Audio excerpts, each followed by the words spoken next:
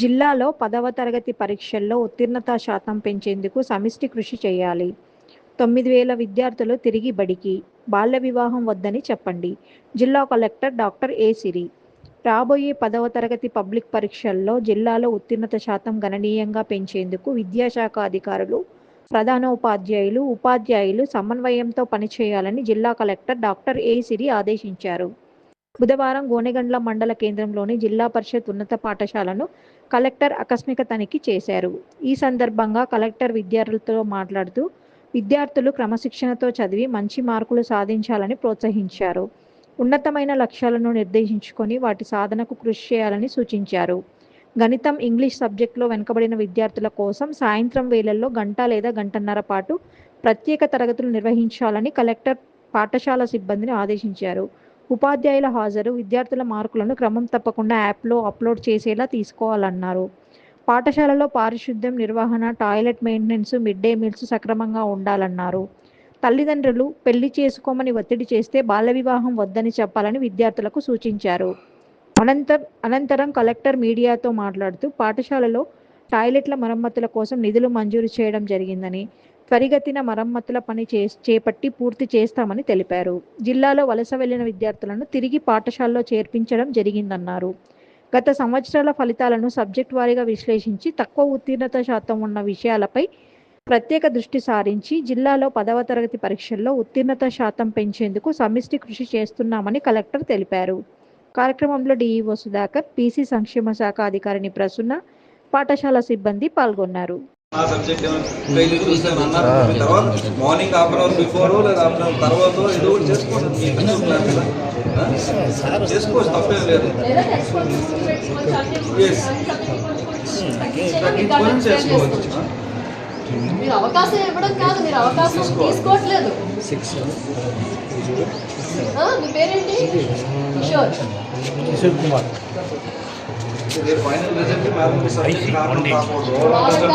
పరీక్ష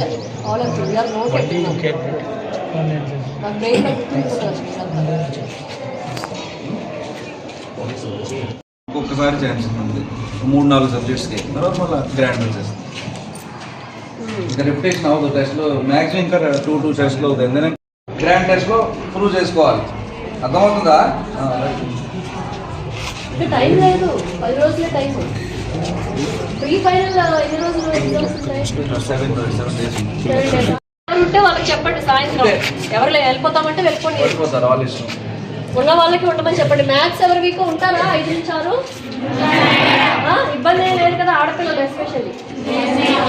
మీ తల్లిదండ్రులు ఎవరైనా వచ్చి తీసుకెళ్తామంటే రమ్మనండి, పర్వాలేదు. ఈ 10 రోజులు కొంచెం కష్టపడదాం, మళ్ళీ టైం లేదు, ఇంక అయిపోయింది.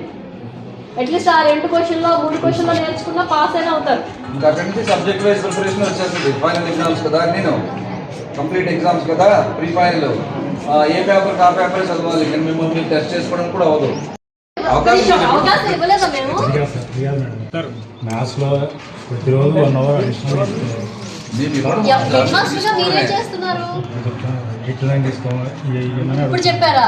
8-9 రెమెడియల్ క్లాస్, మ్యాథ్స్ మాత్రమే. అది మీ హెడేక్ అండి, మీ స్కూల్ మీరు చూసుకోవాలి. డిజైనింగ్ ఎవరు చెప్పారు? మీరు ఈ సబ్జెక్ట్ చెప్పాలి, వద్దు ఇలా చేయొద్దని చెప్పారు ఎవరన్నా? యాక్షన్ ప్లాన్లో వేరే సబ్జెక్ట్. ఏమి అవకాశం ఇస్తారంటే ఏమి మాట్లాడుతున్నారు మీరు?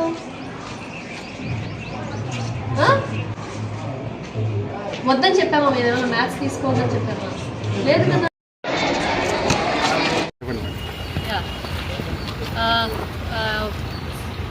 అందరికీ నమస్కారం అండి. 100 days యాక్షన్ ప్లాన్ సందర్భంగా ఈ 100 రోజుల తాలూకా ప్లాన్ ఏదైతే సిలబస్ చెప్పడము, అలాగే టెస్ట్స్ పెట్టడం, ఇవన్నీ కూడా 10th క్లాస్ పిల్లలకి స్పెషల్గా గవర్నమెంట్ తీసుకుంటున్న ప్రోగ్రాము. సో దాంట్లో భాగంగా ఇప్పుడు ఇది రెండో డ్రింకింగ్ వాటర్ ఇబ్బంది లేదు, టాయిలెట్స్ కొంచెం ఇంకా రిపేర్స్ అవి ఉన్నాయి, వాటికి బడ్జెట్ కూడా పంపించాను.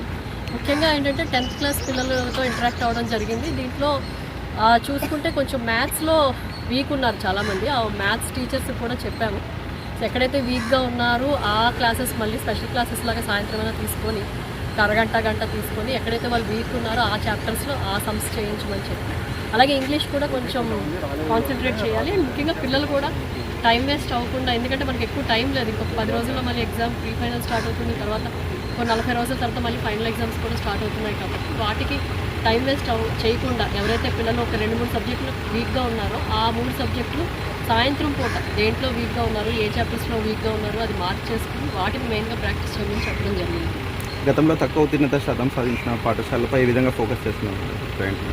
మెయిన్గా ఇప్పుడు 100 డేస్ యాక్షన్ ప్లాన్ వచ్చిన దగ్గర నుంచి కూడా టీసీస్ రెగ్యులర్గా ఫిజికల్గా మీటింగ్స్ కూడా పెట్టడం జరుగుతుందండి. అండ్ ప్రతి స్కూల్ని కూడా ఒక ఆఫీసర్ అడాప్ట్ చేసుకోవడం జరిగింది. వాళ్ళు వెళ్ళి అసలు టీచర్స్ వస్తున్నారా లేదా, వాళ్ళు కరెక్ట్గా చెప్తున్నారా లేదా, సాయంత్రం పూట వాళ్ళు స్పెషల్ క్లాస్ ఏమైనా తీసుకోవాలి అంటే తీసుకుంటున్నారా లేదా, రెమెడియల్ క్లాసెస్లో ఏం చేస్తున్నారు, ఎగ్జామ్స్ పెడుతున్నారా, ఎగ్జామ్స్ తాలూకా ఏవైతే మార్క్స్ ఉన్నాయో అవన్నీ కూడా లీవ్ యాప్లో అప్లోడ్ చేస్తున్నారు కదా, ఇవన్నీ కూడా చెక్ చేస్తూ ఉన్నారండి. సో కొంతవరకు ఇంప్రూవ్మెంట్ వచ్చింది. ముఖ్యంగా మనకి మైగ్రేషన్ ఎక్కువ కర్నూలు జిల్లాలో.